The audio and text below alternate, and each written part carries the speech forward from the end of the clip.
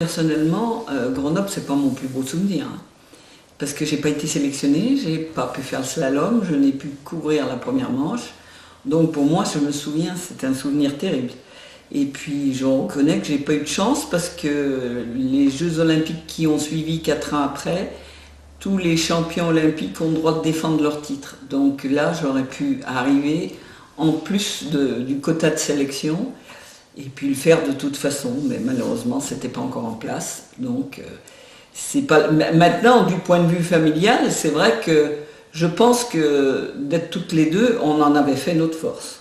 Ouais, c'est bien ça, hein, l'union fait la force. Vous êtes du même avis, Marielle? Oui, tout à fait. Être deux, en plus deux sœurs de la même famille, tout au long de notre carrière, cette force a été que nous soyons deux. Et à Grenoble, eh ben, Christine, elle était quand même là, elle était au village olympique, elle était là, donc elle a ouvert le slalom aussi. C'est vraiment dommage, parce qu'on aurait pu rééditer notre exploit de Innsbruck. Bon, ben, c'est comme ça, on ne va pas revenir en arrière, mais c'est vrai que c'est une force. On ne fera pas l'histoire. Et puis à Grenoble, il y a eu un esprit, les gens étaient vraiment sympathiques. Les gens ont vraiment, mais partout où on pouvait aller, tout, ils nous reconnaissaient, ils étaient sympathiques, ils étaient heureux, on sentait que c'était leur jeu et que vraiment, vraiment, ils ont été d'une gentillesse incroyable. Et je reconnais que même presque 50 ans après, il y a des endroits à Grenoble, quand vous allez faire les magasins, parfois, quand ils vous reconnaissent ou qu'ils savent qui vous êtes, mais tout de suite, c'est fantastique l'accueil qu'on a, quoi. Puis à Champs-Rousse, on était logés dans des bâtiments qui étaient beaucoup plus à l'échelle humaine, pas comme à Innsbruck où il y avait un village olympique imposant. Mais là, il y en avait un à Grenoble. Oui, mais on n'y a aussi, jamais mis les pieds. Mais on n'y a jamais été. Vous étiez logé sur Champs-Rousse? On était logés à Bachaboulou. Bachaboulou, ouais. Et on est resté là-haut tout le temps. D'ailleurs, on nous avait même prêté une petite voiture pour les remises de médailles, pour les différentes choses qui se passaient à Grenoble. On avait notre petite voiture et on descendait comme on voulait. Vous étiez autonome comme voilà. ça. Est-ce que vous n'aviez pas trop la pression en raison du doublé justement d'Innsbruck 1964? Comment est-ce que vous êtes préparé? Non, mais il n'y a pas de pression. La seule pression qui vaille, c'est la bière. C'est bon. La pression, elle est naturelle. Et quand on parle de pression, ben c'est naturel. Je veux dire, on a toujours la trouille avant une course, ce qu'on appelle un peu le trac. Moi, c'était pas trop quelque chose qui me touchait beaucoup, mais on a quand même de l'appréhension. Ça ne veut pas dire du tout la pression. Il vaut mieux avoir la pression et être les meilleurs que pas avoir de pression parce qu'on n'est rien du tout. Donc on n'est pas dans les favoris. Hein. Il y avait la pression, puis il y a surtout aux Jeux Olympiques, il y a d'un seul coup arrive tout un paquet de gens qu'on ne voit jamais le restant de l'année, quoi. Là, tout le monde vient se faire un petit peu, essayer de se faire voir ou de participer d'une façon ou d'une autre. Et ça, c'est quand même une ambiance particulière. Ça, il faut bien le dire. La cour olympique. La cour olympique. Alors, Marielle, vous êtes constituée en l'espace de 6 ans, 1962-1968, plus beau palmarès du ski alpin féminin français, avec lors des JO de Grenoble la médaille d'or. Alors moi j'aimerais savoir comment vous l'avez vécu de l'intérieur, cette épreuve. Ce slalom, en général quand on repère un slalom, autrefois, hein, aujourd'hui, ils tracent, mais c'est rare que les deux manches soient tracées. Des fois ils défont la première manche, une fois que la première manche est terminée, ils mettent la deuxième, mais là à l'époque, les deux tracés étaient faits. Et quand j'ai vu le deuxième tracé qu'avait tracé son mari, Jean Béranger, qui était notre entraîneur, je me suis dit, non, alors là, si je fais pas le truc à la première manche, je suis foutu. Et vraiment, j'ai attaqué. En plus, la fille qui partait devant moi, elle avait le dossard numéro 4, c'était Judy Nagel. Elle a fait un truc de feu. Les Américaines sont parties comme des folles. Il y en a qui ont été disqualifiées déjà. Elles avaient loupé les portes, nous on le savait. Les gens ne savent pas tout ça, mais on l'avait vu qu'elles avaient loupé les portes. Mais je me suis dit, oh là là, c'est aujourd'hui qu'il faut faire le truc. Donc elle partait numéro 4 devant moi, Judy Nagel. Moi, je partais numéro 5. Et là, j'ai vraiment fait une manche de folie. En général, à la première manche, on est toujours un petit peu réservé parce qu'on se dit, il y a la deuxième. C'est quand même bête de tomber à la première. Bon, moi, ça ne m'était jamais arrivé. J'ai eu la chance de réussir tout le temps dans toutes mes épreuves de championnat du monde ou olympique. Je ne suis jamais tombé à la première manche, donc, ou à la deuxième. J'ai pas connu la chute. Donc ça, c'est une chance. Mais là, je savais qu'il fallait courir pour gagner, qu'il fallait gagner sur la première manche. Et j'ai fait effectivement un gros écart. Et à la deuxième manche, il y avait quand même une partie de la deuxième manche sur le bas où Jean Béranger avait quand même pensé un peu à moi et c'était un peu en enfilade. Donc une belle victoire à l'arrivée. Qu'est-ce qu'on ressent quand on monte sur la première marche du podium, quand on vous met autour du cou cette médaille d'or? Qu'est-ce qu'on se dit à ce moment-là? Je pense que d'abord, quand on gagne, on pense à ses parents qui ont fait beaucoup de sacrifices. Nous, ça a été à Innsbruck, ça a été notre première phrase. Oh là là, papa, maman, qu'est-ce qu'ils vont être contents. C'était ça. En fait, voir le bonheur de ses parents, après, vous appartenez plus. Hein. C'est de la folie. Nous, on vous grimpe sur les épaules. Les gens sont en tout. C'est beau. C'est beau parce qu'on voit le bonheur dans le regard des gens. Il y a un moment, en tout cas quand on gagne, il y a un moment pendant 1 minute où c'est un bonheur indescriptible. Il n'y a jamais rien dans votre vie qui peut vous apporter ce genre de bonheur-là. C'est un moment magique et unique.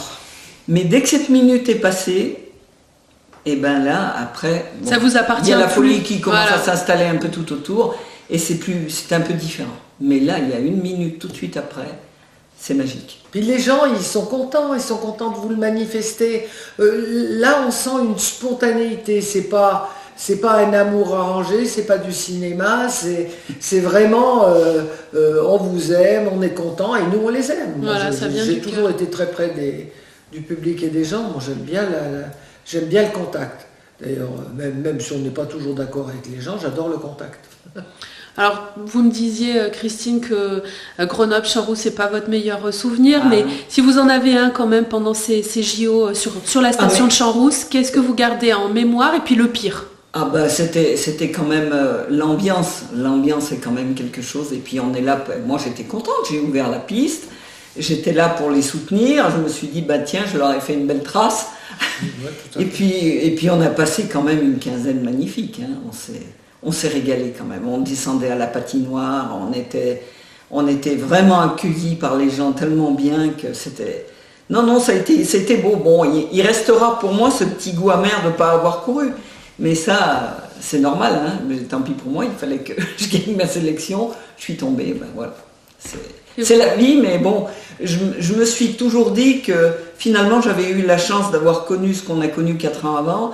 Alors il ne faut pas être trop gourmand dans la vie, il faut se dire que quand on a été déjà bien servi une fois, c'est déjà pas mal. C'est vrai que Innsbruck restera beaucoup plus fort pour moi que Grenoble, parce que c'était 2 sœurs, parce que c'était Christine, 1 et 2 et 1 et 2, c'est extraordinaire. Puis De Gaulle, parce qu'il faut savoir qu'au travers de ces Jeux Olympiques, on a été invité par le général De Gaulle à venir à l'Élysée recevoir l'ordre du mérite. On a rencontré ce grand homme, qui est une gaulliste absolument, alors là, plus gaulliste que moi tu meurs.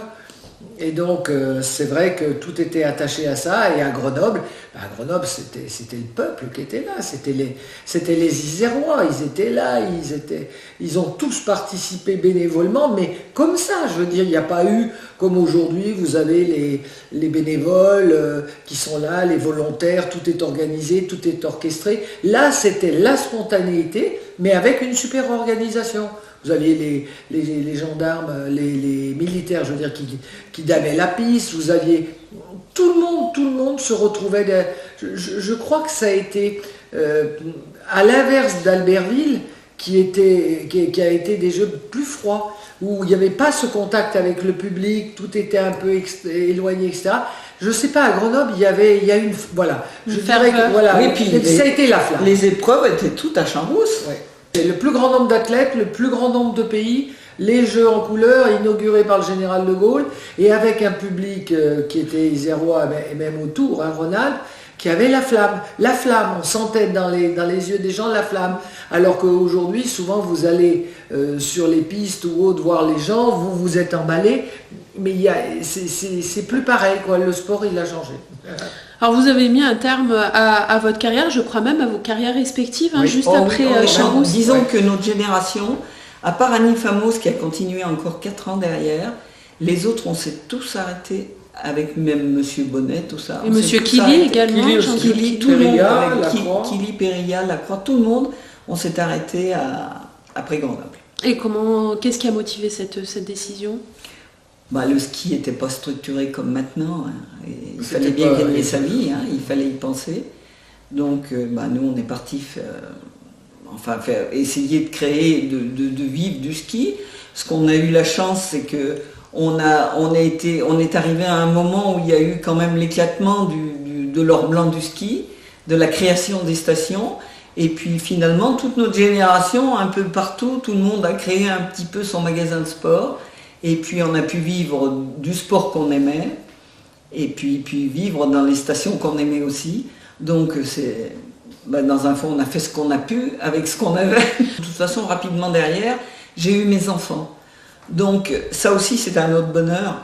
Et c'est différent, mais bon, ce qui n'empêche pas que la première année, quand on arrête le ski, il y avait des petits coups de blues, hein. Quand on savait que les filles étaient parties là, qu'elles allaient courir, on regardait quand même la télé, les résultats, etc. Mais après, très vite, vous rentrez dans une autre vie active. Et puis, il faut, de toute façon, à notre époque, il a fallu se retrousser les manches et se mettre au boulot. Vous, Christine, vous partagez votre temps entre Val Thorens et puis ici sur la commune d'Alvar, où vous avez une belle maison. Est-ce qu'on vous reconnaît, alors quand vous vous baladez toutes les deux, par exemple, dans Bien les sûr, rues d'Alvar, on vous reconnaît? Qu'est-ce qu'on vous dit? Mais ils sont contents, les gens. Mais les gens, ils sont contents. Et bonjour, c'est Vous vous. savez, Ben, on je vous a avais suivi, reconnu. on vous a suivi. Non, ici, tout le monde nous reconnaît, mais tout le monde est super sympa. Ici, Alvar, c'est sympathique. Ils nous reconnaissent, mais en même temps, ils respectent notre tranquillité quand même un petit peu aussi. Parce que bon, tous les jours, on ne va pas maintenant. Ça remonte à 50 ans. Ça hein. fait longtemps qu'ils nous connaissent, hein, parce qu'on s'entraînait ici avec Jean. Et les Alvarda, ils nous connaissent tous. Qu'est-ce qu'on peut vous souhaiter à toutes les deux? On est des mamies Voilà. heureuses. La santé des enfants. Et Alors, de la il nous France. faut un petit peu de santé pour voir nos petits-enfants grandir. Arrière, petits-enfants. Non, moi, petits-enfants. Pour grandir et puis, voilà. Et puis voir un petit peu comment ils vont démarrer leur vie. Voilà. Voilà. Avec Ouais, non. qu'ils aient autant de réussite que nous, ça nous ferait bien plaisir.